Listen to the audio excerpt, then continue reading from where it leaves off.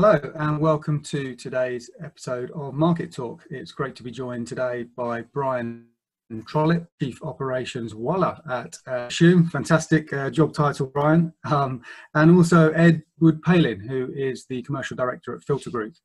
Thanks for being with us today. Good to see you both.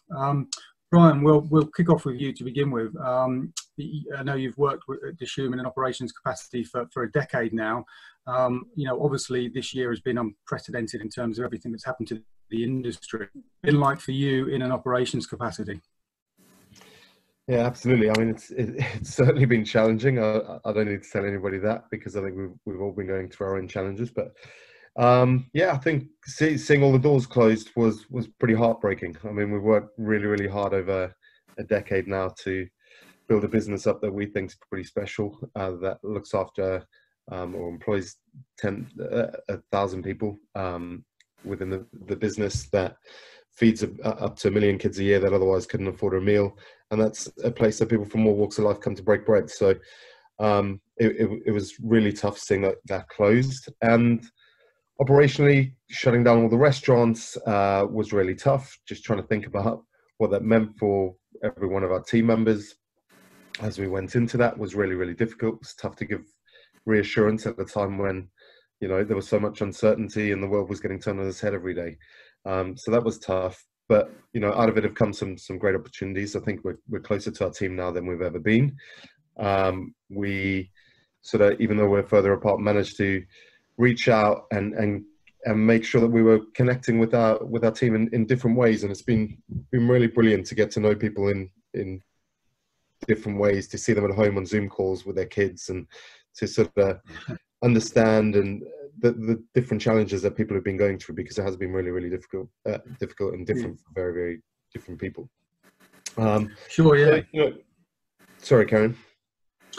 Yeah, and I mean, what was interesting, I think, with you guys is you were about to launch a new restaurant just at the time the lockdown happened in Birmingham, and obviously you were gearing up for that, and then had to put that on hold. And I understand that is now open, but that must have really provided a challenge from an operational perspective that you'd never faced before. Yeah, that was really difficult. I think particularly for the team in Birmingham, because we just trained up, got everyone trained up and ready to go, and we were all super excited for the launch. And then they all had to go home for 4 months essentially, and then come back and get geared up again with very little additional training and prep before we reopened. And it's just been a herculean effort by everybody in that team, who've done an amazing job bouncing back. No doubt having forgotten a lot of this stuff that we taught them, but it didn't look like that. They did an amazing job getting it open, and we've been welcomed really, really in a really, really beautiful way by Birmingham, despite all the uncertainty, all the crazy things going on. The local community's been fantastic. They've welcomed us really, really well. And yeah, it's going well. We couldn't be happier. Good stuff. Ed, just to bring you into the conversation now, Filta Group offers a number of solutions for commercial kitchens. So like fryer management, automated extraction, duct cleaning. So what sort of patterns are you seeing as all of these food service operations begin to reopen then? Well, like Brian says, I think, the word heartbreaking is quite kind of powerful. I think actually we spent a lot of time building this business up, and we are wholly dependent on the restaurant industry. So, watching the lights go out one by one was fairly traumatic. And actually, I think it forced us to look inwards at what we want to do, where we really want to focus. It forced us to look at innovation. So certain things that have been, on the shelf for a while that we'd love to do, we finally dusted off and developed. So it's forced us probably to improve as a business. And fortunately, as the lights have come back on, the business has come back. So we're pretty much back up to near full strength as a business. So, we kind of mirrored the restaurant industry. And actually, we've come out stronger because, we've been through, whether it's databases or whether it's equipment that we've always thought, if we could just do this to this bit of equipment and develop it. So we've really sort of focused on innovation. And I think that's probably the only silver lining of this awful COVID cloud, is that, it's forced innovation. And as Brian said, things like Zoom, the personal connection you now have with people, because you're going into their houses, you're having meetings where you're actually getting to know them as people. So I think it has changed the landscape. But yeah, we're very much bounced back, and yeah, looking forward to hopefully getting through the other side of this. Excellent stuff. Because I mean, during the pandemic, you launched Filter Shield, which was a sanitisation service that is said to kill the coronavirus. So, what sort of feedback and engagement have you had from the hospitality sector thanks to that innovation? So, I mean, we're an environmental services business. So, you know, our business is guys in vans providing niche environmental services, whether it's fitting seals on fridges or, you know, the vent system or grease management. So it was a logical thing for us to do, principally to get our customers open and help them stay open. It's been a journey. So there's two services we provide. One is sanitisation and the other one is thermal cameras. Thermal cameras have been really strong for us, although bizarrely outside of our normal sector. So offices, schools, you know, government buildings. The sanitisation services has been interesting. You know, obviously our customers have got limited resources. What resources they have got, they're spending on getting their own staff to clean. But we've recently, the services evolved, and we've done a really, I don't know if you're aware, we've done a deal with an NHS partnership. So we've actually partnered to provide an NHS-made disinfectant and cleaning standard into the wider commercial space. So it's taken us down avenues we were never down before, and you know, it's great to learn new things. And fundamentally, it's this COVID situation has just got to stop. You know, we need to control it. I think for our services, it's more probably appropriate to schools and offices. I think restaurants do have measures in place because they're used to clean spaces, they're used to clean kitchens. But I think it's a combined effort to make sure this just goes away and stays away.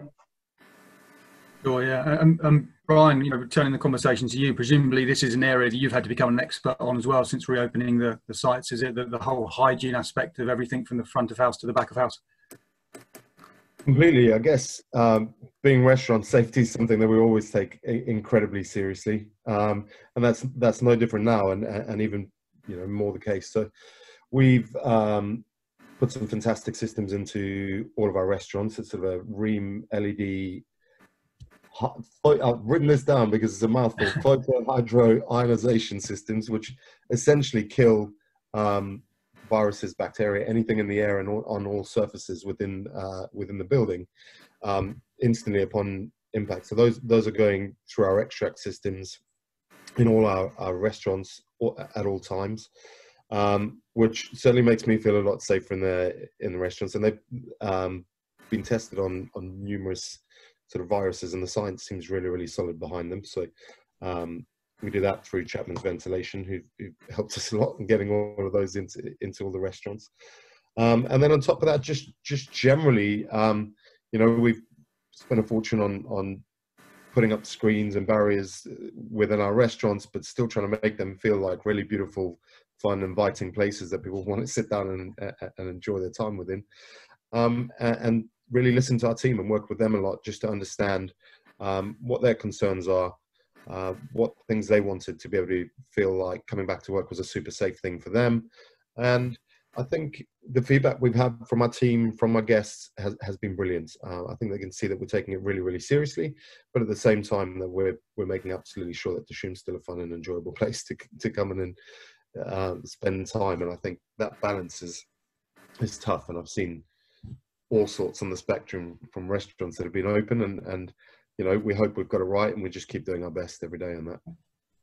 Yeah, sure. And I mean, outside of the COVID measures, what does a Dishoom kitchen look like? You know, when you're planning a kitchen and putting one together, what are the most important things as far as you're concerned? Well, most important things within any kitchen, I think, are the chefs. I mean, they're the guys who make it absolutely work. But obviously, we've done a huge number of meals out of our kitchens, so there's a lot of heat generated out of that. Great extracts, really, really necessary. Air conditioning into the kitchens. There's all sorts of fancy kit that the guys use within the kitchens that I won't bore you with. But fresh breads, we make upwards of 1,000 fresh breads out of each kitchen every single day. So our tender ovens are really, really important there. But largely it's tons of people, to be honest with you, who can make it work. So, Brian, are you managing to actually social distance within the kitchens then? Have you had to rearrange things to allow chefs to work at their own little mini stations? There've been some minor menu reductions necessary to help with distancing, and then clear guidance and markings, movement of some of the kit, which is kind of hard within your extract canopies. So it's definitely been a huge challenge. It's not particularly easy to reshape kitchens once they're in and they're sort of fitted out. So that's been really, really challenging. But we're managing to keep everyone safe and distance in a sensible way and working. But that was probably one of our biggest challenges, actually. Very tough. Absolutely. Ed, just coming back to you, it seems to be that the world and their wife have actually come out with COVID cleaning and hygiene offerings right now. So in terms of your filter shield offerings and your thermal temperature taking, what are the USPs that make them stand out? I think you're absolutely right. And, we're sort of mindful of the fact, as I said, we're an environmental services business. So, we provide grease trap management, we provide ventilation, servicing. So it's a technical service that we provide. What's quite exciting is the partnership we've done with this NHS Trust is taking hospital cleaning standards into restaurants. As Brian said, the top end operators are very, very good at this. However, not everybody is. And if you go into an office, there isn't anybody trained in cleaning. So I think actually for us, looking at this whole holistic situation, the person who's responsible for your health is ultimately probably the lowest paid person maybe in the operation. I think that's what's been flipped on its head here. I think health and hygiene is really, really important. So the NHS partnership we've signed is to provide training, so it's NHS approved training, and a product made within the NHS service to restaurants. So it's hypochlorous acid. So it's entirely inert, it's pH neutral, you can spray it around people, and we've sort of, as I said, we've been on a journey in this, and we really do think there's within certain parts of the industry there's a real need to embrace the fact that cleaning has to be methodical. It needs to be a figure of eight, and there's ways to clean a table, and it isn't just find the nearest dirty cloth and wipe the table. It's using certain products in certain ways. So I think cleaning needs to be at the forefront. If we can help work with the NHS, bear in mind everything we buy from the NHS generates income for frontline patient care. So we do think there's an opportunity here to come together, to support the NHS with this product, and really we see ourselves as the conduit for doing that. So it's been a journey, and we've arrived with what we think is a fairly unique proposition. It's certainly groundbreaking for the NHS to have done a partnership like that. And Ed, Brian was obviously talking at the beginning about how what's happened over the last few months has forced changes in the way that companies operate and the way that staff engage and so on. Has that been the case for you within Filta Group now? Do you feel there's a change in approach in terms of the way you go to market? Absolutely. So we're really focused on adding value. So there's certain services where we think actually, do you know what, this is where Filta really are valuable to clients. And there's other services, non-technical services, where maybe not so much. I think also innovation, we've been looking at situations that we've never really thought there's any innovation in, but actually, if we just did this or just did that. So again, there's just different ways of bringing innovation into corners of the kitchen that people don't think about. I think that's been quite exciting. Yeah, sure. Okay. I mean, that's a good thing to continue on with for you, Brian. In innovation, what constitutes innovation for you in terms of your kitchens, and what are you looking for moving ahead when the time does come to be investing in kind of new kit and new practices again? Innovation so far for us has been focused around trying to keep people's jobs and trying to get back in front of our guests. So we've opened up some delivery kitchens as a result of that, which has been a really interesting sort of journey for us. And we're sort of putting a lot of creativity and thought into that at the moment, which is pretty exciting. We've launched a bacon arm roll kit, which is now available throughout the country. And we're looking at some really tasty vegan options of that as well, and vegetarian options. So that's where we've been focusing our sort of creative thinking. at the moment is just trying to think pretty hard about how we keep our team. We're pretty determined not to lose anybody throughout this, and as I say, touch wood, we've managed to do that so far. Right. And then around safety as well, like I say, the air treatment systems that just make our offices and our restaurants safer places to be within, that's been, you know, super helpful. And we're putting some paid table solutions as well, which we're sort of trialing in Shoreditch at the moment. That is another thing that we think might be helpful. It's not something that we would have thought of previously. So I think we're all being pushed in ways that may have made us slightly uncomfortable previously, but we're being forced to embrace things and get behind a little bit of innovation and just try and figure out new ways to do things that are going to work in what is definitely going to be a new world once we come out the other side of this, whenever that may be. Because let's be honest, it looks like we're about to go into more uncertainty for a little while, and that could be the case for who knows how long. So I think we've all just got to work pretty hard at moving fast and being a bit agile and finding things to do. So I can't give you any more specifics than that, but that's where we've been focusing anyway. No, absolutely. So you said that you're launching things like the first ever at-home cookery kit that Dishoom has done. So, I mean, what kind of impact does that have on existing restaurant infrastructure and your existing resources to be trying all of these new things? Well, I think, I mean, everyone will tell you at the moment, with the distancing and the restrictions and the safety measures that we've got in place, that has a pretty substantial impact on the number of guests that you can look after within your restaurants. So for us, essentially, we've got more people than we can support within the restaurants and with the current situation. So it just really helps us to keep making sure that people can support their families, they're getting paid, we're not having to go in with all sorts of nasty pay cuts and things that you're seeing throughout the industry. It's really, really helping us there.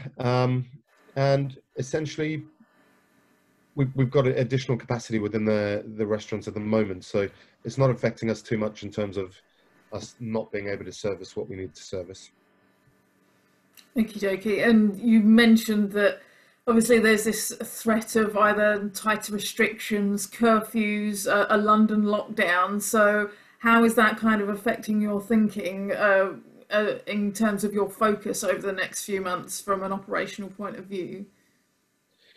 It's tough. I think we want to make delivery absolutely brilliant and just make it incredible and feel like a Dishoom experience as much as is possible.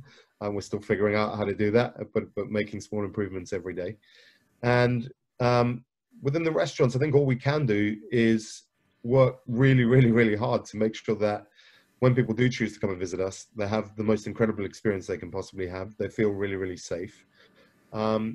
And then outside of that, I guess there's a lot out of our hands, but all we can really do is try and make sure that, you know, we provide awesome food and drink, awesome service, make sure our team's happy, and take care of everyone as best we can.